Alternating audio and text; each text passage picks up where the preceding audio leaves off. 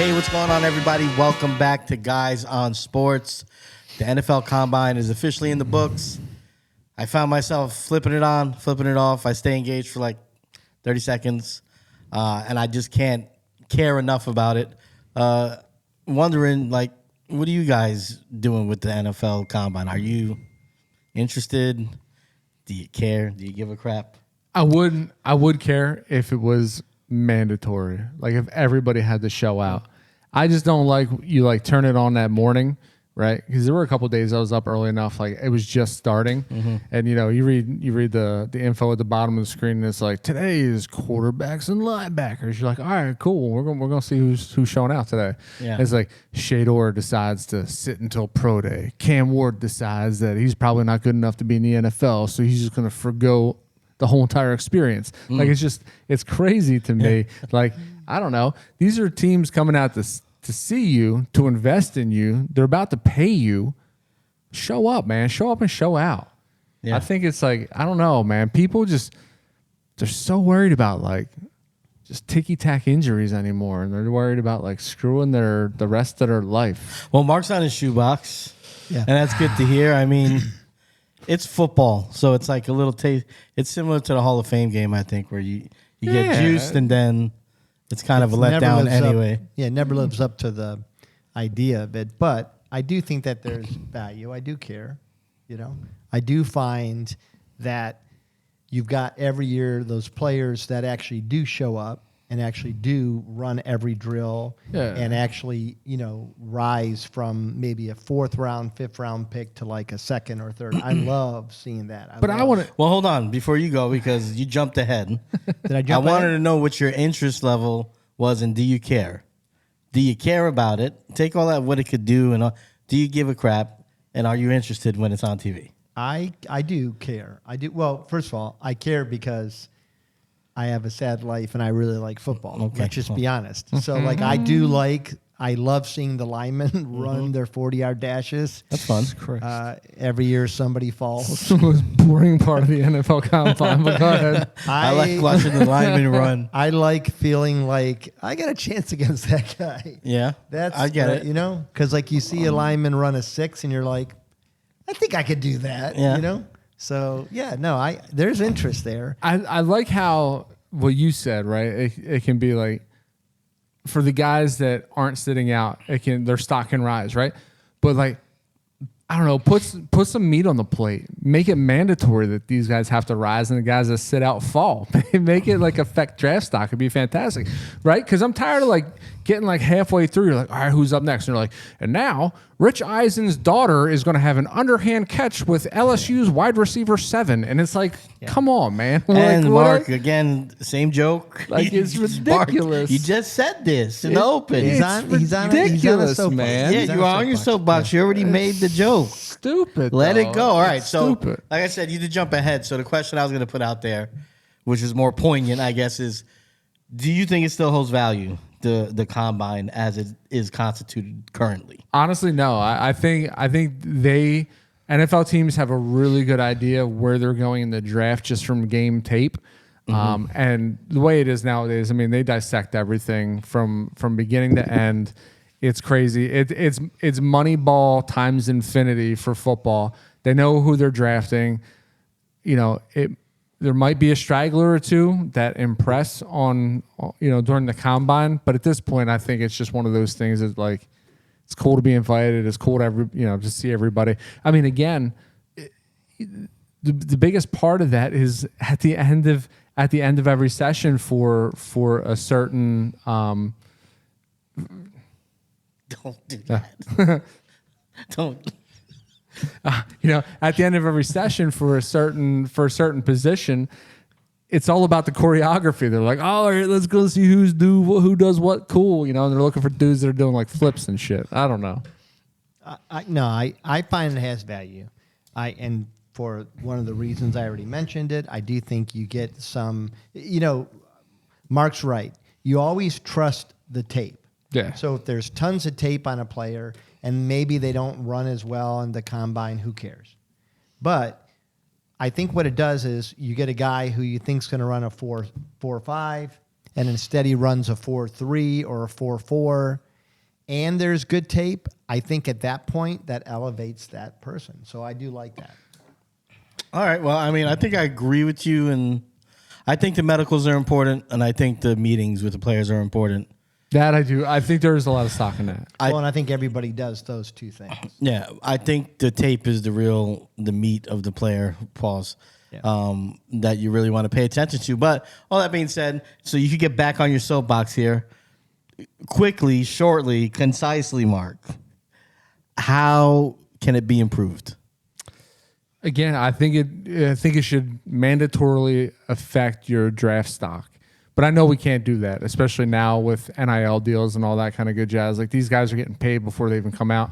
But I think it should be, I think you should have to come out to the combine. I think you should have to perform in drills. And I think that if you don't meet certain goals or certain expectations, it should affect your draft stock. Like a pay scale kind of thing?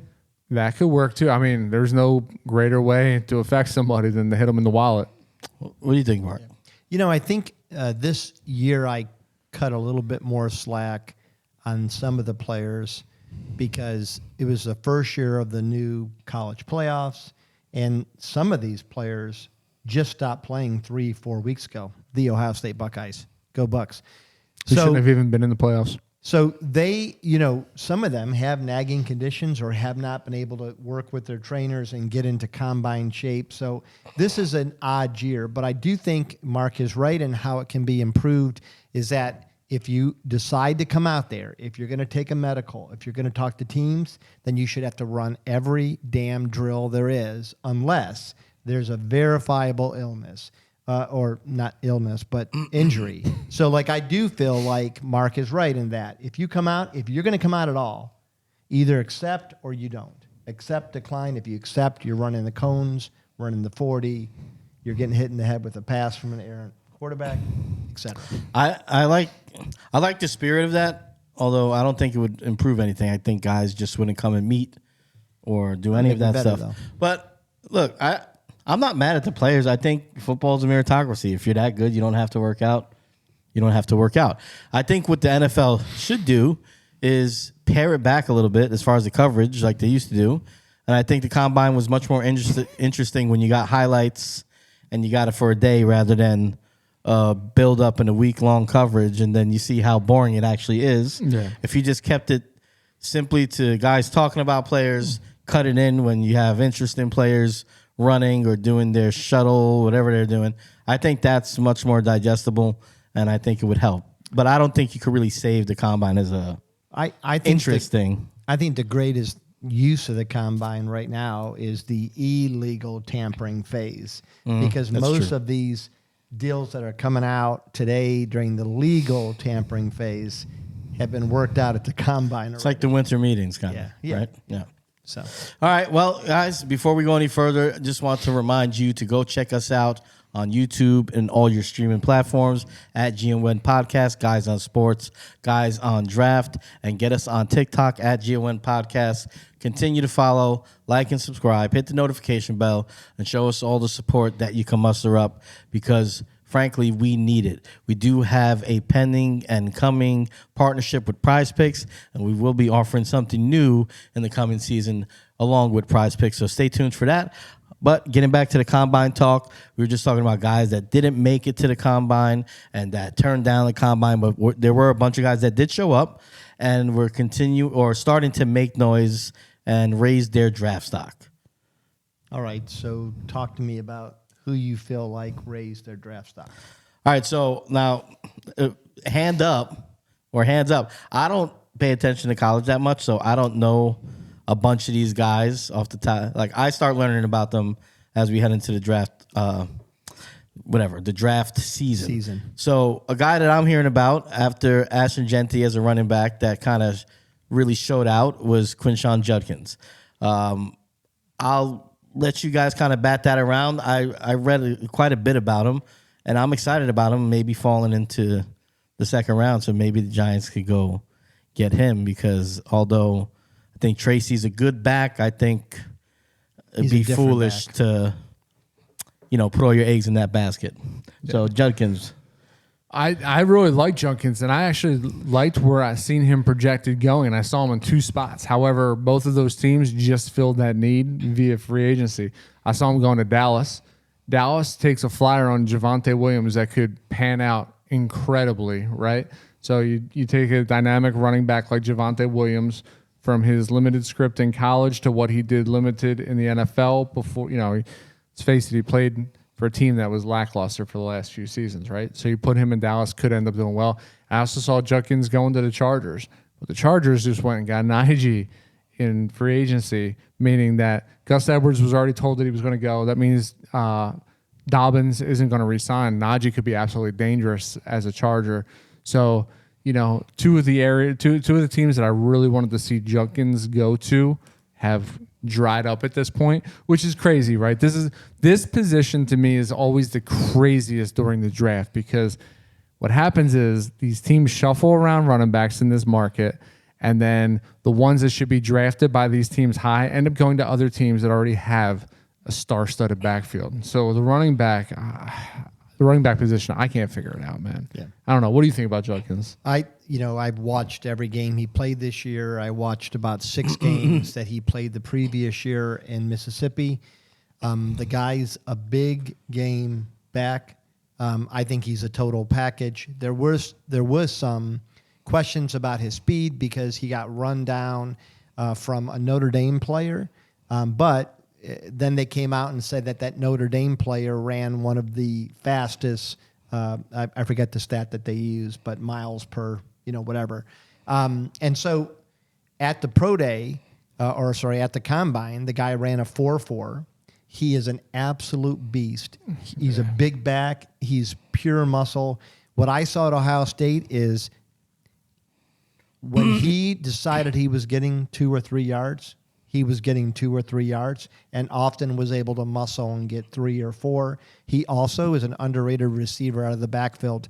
He is somebody that I think, depending on how his pro day goes, he might be a guy that somehow sneaks into the late first or early second round. I don't think you're wrong there. I didn't even see the need, honestly. I've been watching Junkins for a couple of years. I didn't even see the need for him to transfer to Ohio State. Yeah, he was the business guy. decision. He was the guy at Ole Miss, and I think he had a 6 touchdown performance as well with Ole Miss. The guy can flat out ball. He looked great, but again, it's probably getting on that national stage, knowing that you can go and win a championship. I think national stage, and I think he was interested in being in a true 2-person backfield, and he knew that Ole Miss was going to run, that they were going to run the wheels off. Yeah. And so I think this was a calculated decision, but I honestly think he could possibly be the second best running back in this draft. So I'm a big Quinchon fan. Yeah, some of the best fits I've seen for him are Pittsburgh, Cleveland, yeah. And the Texans, surprisingly. Mm-hmm. Yeah, Pittsburgh will look good. Texans, I don't know. I think Mixon really showed out. He's everything year. that Mixon's not. He's hitting the other players, not his girlfriend. That's true. So any other guys stood out for you guys through Combine week? We're talking about the great state of Mississippi. I think that's where Jackson Dart played his ball, if I'm not mistaken, right? Jackson Dart. So here's one of those scenarios where you have the top quarterbacks, right, projected in the draft in Shedeur Sanders and Cam Ward, not come out and participate, whereas a guy like Jackson Dart can now put the seed of doubt in the minds of whoever's sitting atop the draft board, right? Jackson Dart looked phenomenal. Yeah. He was throwing 50-yard absolute seeds on a frozen rope on the money. He looked phenomenal. The guy can move. He's proven to read a defense. And the fact that he's got a big arm, I don't know, man.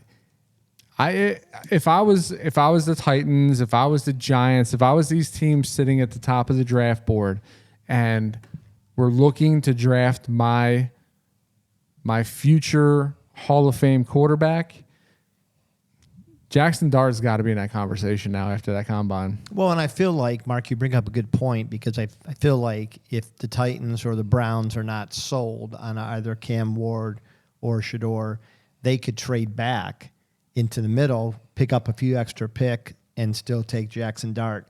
I agree with you. Jackson is a fast riser because he took part in every drill. He does have a very strong arm. I'm a little bit worried because Ole Miss, their offensive system is pretty simplistic.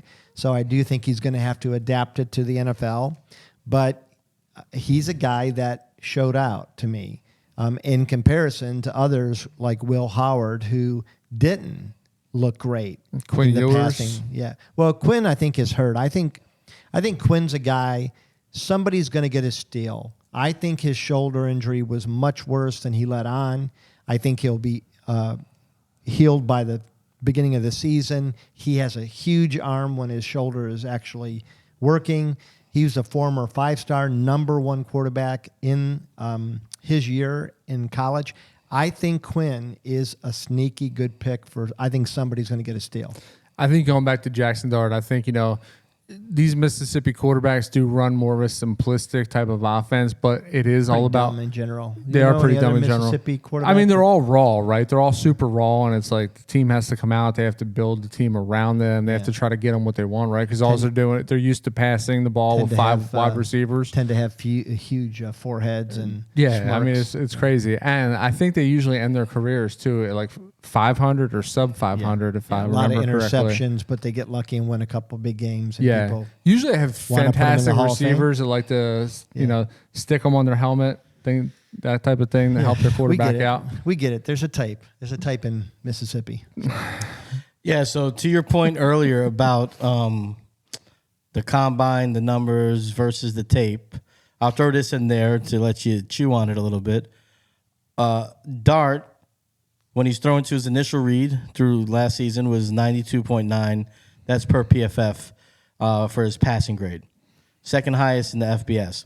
When he was forced to get off that initial read and flip to the other side of the field, his passing grade dropped to 60.3, ranking 63rd in the FBS. So it kind of points to what you were saying as far as being in a pro system, where maybe I think that was the concern with him all the time. I think the tools have people been there. acknowledge that they're there, but can he get off his first read and make a play?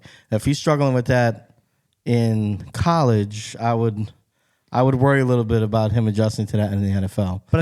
But I do think that there are some decent fits. So, like for instance, if you go to a system like a Kevin Stefanski, which is very favorable to the quarterbacks, gives them easy reads. I think Shanahan does a great job with that too. So, I think he could fit. And is there a guy that you want to get a beer with more than Jackson Dart? The guy looks like he'd be just an absolute riot to be That's around. what it's all about. It's crazy to me. PFF turning Jackson Dart into Mitch Trubisky with their friggin' analysis. Well, here. Mitch It's Trubisky, insane. the thing that Mitch Trubisky didn't have was actual games. I mean, there's a lot of game film on Jackson Dart. That's true. Mitch had 12 games. 12 games. All right, so I'll throw out another name just in the interest of keeping the conversation going. A guy, and I want to see what you think about this, who I think his stock rose just because people were talking about him. He was in attendance. He didn't do any on-field work, but that's Colston Loveland, tight end. I have a strong feeling that he's going to the Chargers just because of the coach they have and who coached him. Seems like he's picking up a bunch of Michigan players. But what do we think about Colston Loveland? First off, you're getting a steal just with the name alone. My God, you can market the hell out of that name. Colston Loveland. I guarantee he, in 3 years, time, he's going to have a failed romance show, and he's going to be banging the top pop artist of 2028, right? Why do you have to say banging? Huh? Don't say banging. You're just going to get us banned, man. My bad. Stop Prize saying Picks, banging. we apologize. Hey, talk to the people. They want to hear from you. All right, I think he's going to be maybe a little upskirt action 2028 pop star, whoever the biggest one is. All right. Colston Loveland. This guy looks tremendous. He's big. He's fast. He's got great hands. He looks like the real deal. I'm surprised he didn't go to Iowa, to tell you the truth, because he looks like a prototypical tight end type of tight end.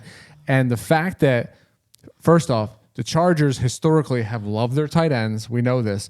And now with his former coach and mentor, Harbaugh, there at a very tight end friendly city, I think that's a perfect pick. And man, I would love to see him as a Charger. They're in the right range where they could be justified in taking a tight end in the first round. 6'5", 250.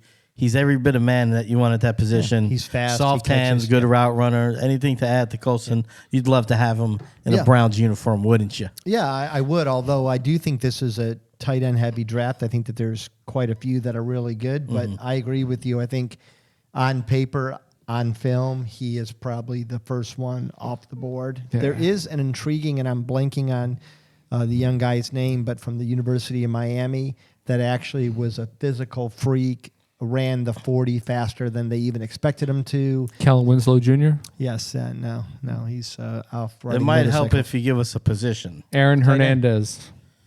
Tight end. Yeah, we were talking about tight end. So okay. Yeah. anyways, that's natural. but I agree with you. There's nothing not to like about this guy. I think he's going to be great, and I do think he should still be there right around where the Chargers are drafting. No, wait. Aaron Hernandez was Florida, right? Yeah. Never mind. Come on, dude. You're gonna get a Superman.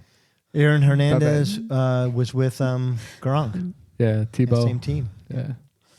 All right. Anybody else, guys? Who else we got? I think we kind of. Oh yeah, I did. Yeah.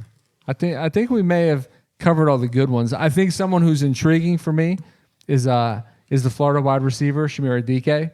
I think he did himself justice by performing at the combine. I think he ran a 4.34 40. It might have been good for best out of the wide receivers. Yeah. After what's his face claimed that he was going to break Xavier Worthy's mark and didn't even come close. He was like, I think 0.2 of a second behind.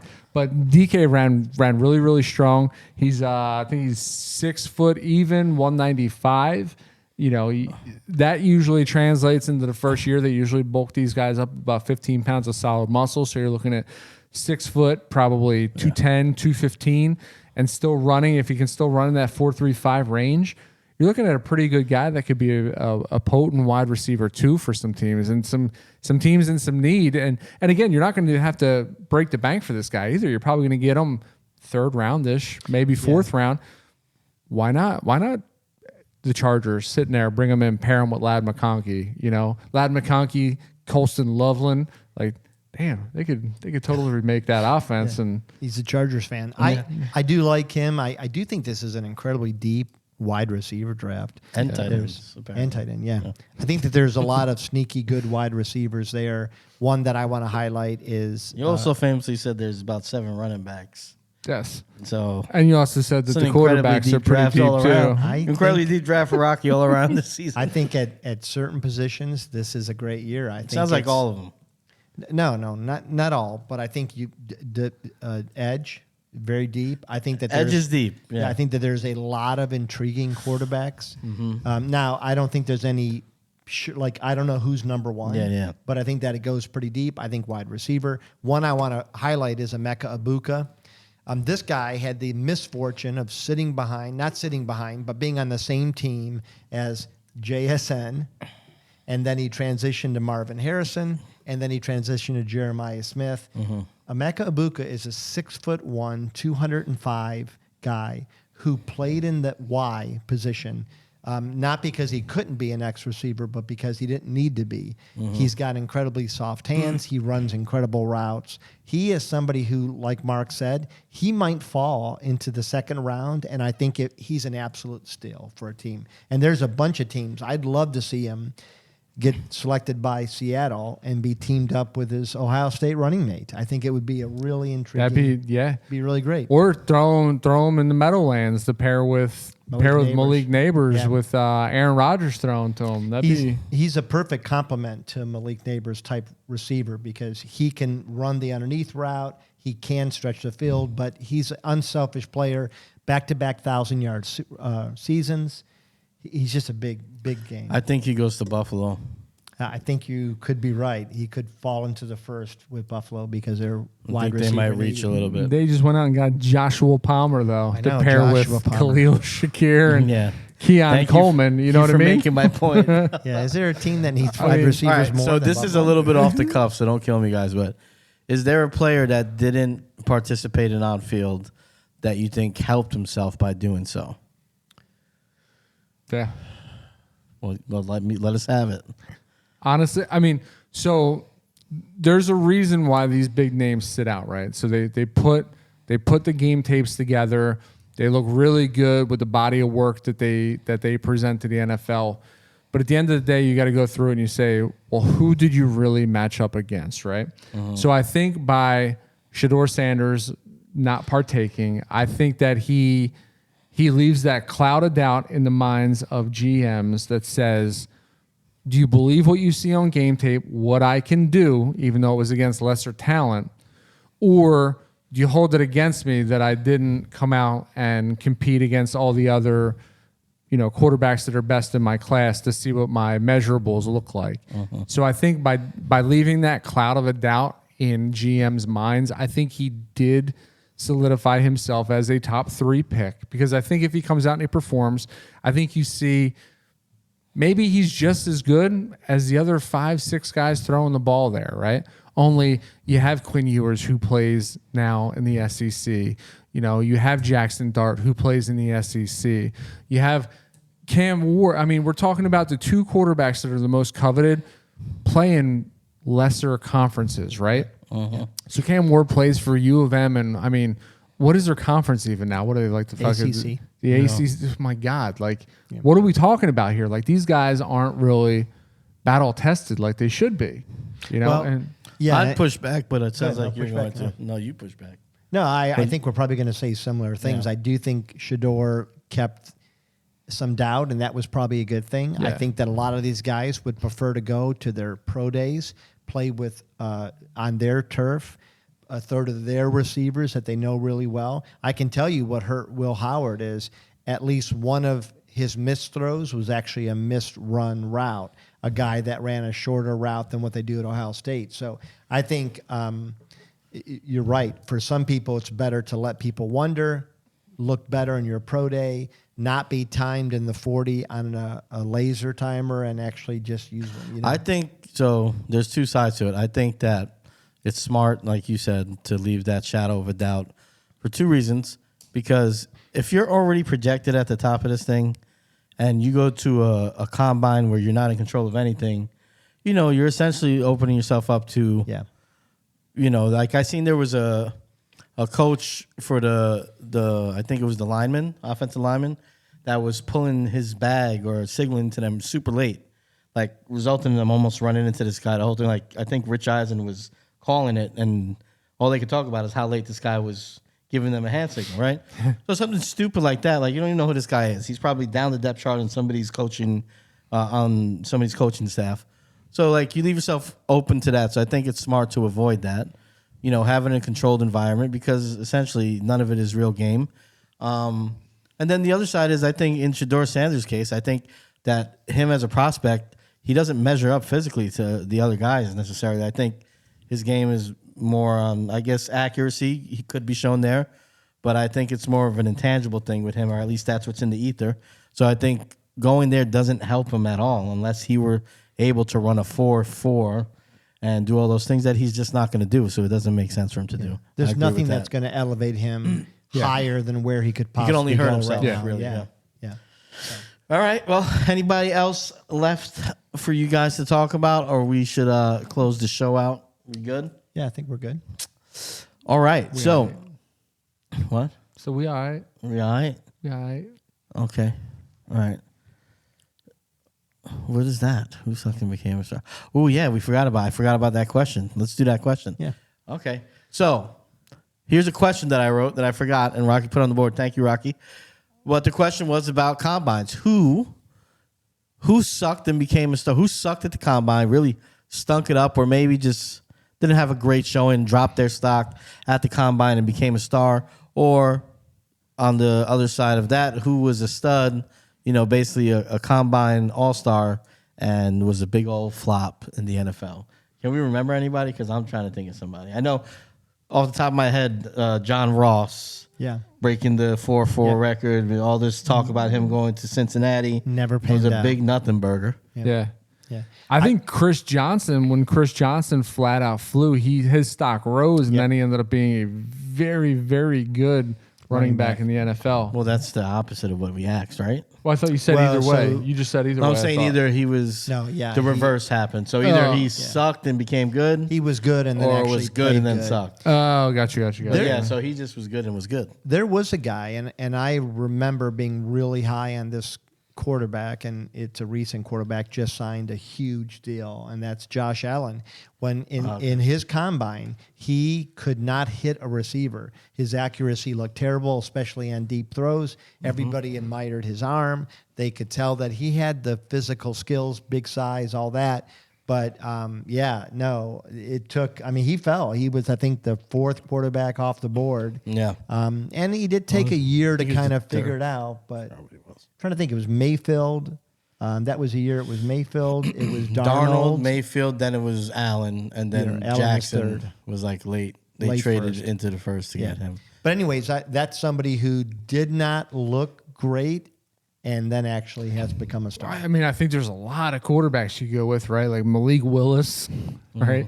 He turned into absolutely talking about nothing burger. Seems 2-0. like every year there's a 2-0 quarterback. last year. Yeah. He was 2-0 last year. Jamarcus Russell, Trevor Lawrence. I mean, these were all guys that were like highly touted and also obviously performed well and kept their draft stock. And then they get to the NFL and it either never panned out or still to this day it hasn't panned out. Pending. You know, I'd like to see Trevor Lawrence turn it around. I don't know. I think our good friend Anton, I think he said it right, man, when he said that like Trevor Lawrence's coachability just wasn't there. They just allowed him to do the same thing over and over and over, and they never coached him out of bad habits and Yeah, I don't never think- really progressed him as a quarterback. I don't think Dabo is a great coach. I think he's a great motivator, maybe a great man, but I don't know if he's a good coach.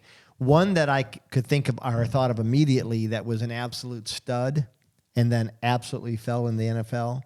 And this is going back to I think it was the late 80s, maybe early 90s, but it was the Boz. Brian Bosworth. He was solid though. He I just don't know, wasn't man. a star. He put up like 45 reps on. Yeah. He was roided out big time. That's exactly what it is. Yeah, he ran a fast 40 for his position. Yeah. and they had that haircut, lightning, earring. He was a real deal He until was cool. But what I'm saying is that's one of those things where like the hype hurts because I think if you go back and look, I think he was a solid player. Yeah. But the hype made him seem like he sucked. Because Well, he got couldn't live up to it He lost all cred. when he got ran over by Bo Jackson. Oh my God, that was such a great. That was That Monday Night Football, right? insane. But Yeah. Bo Jackson was a man. I mean, without that injury, we He's a would lot of be man. probably putting him into the Hall of Fame right Some about might now. say too much, man. All right, so that's the show. We hope you liked it. Hope you loved it. Please like and subscribe. Hit the notification bell. As I said, go check us out on TikTok at GON Podcast. Catch us on Spotify and also on Apple Music. The Guys on Sports, Guys on Network, and Guys on Draft. We love you. Peace. See ya.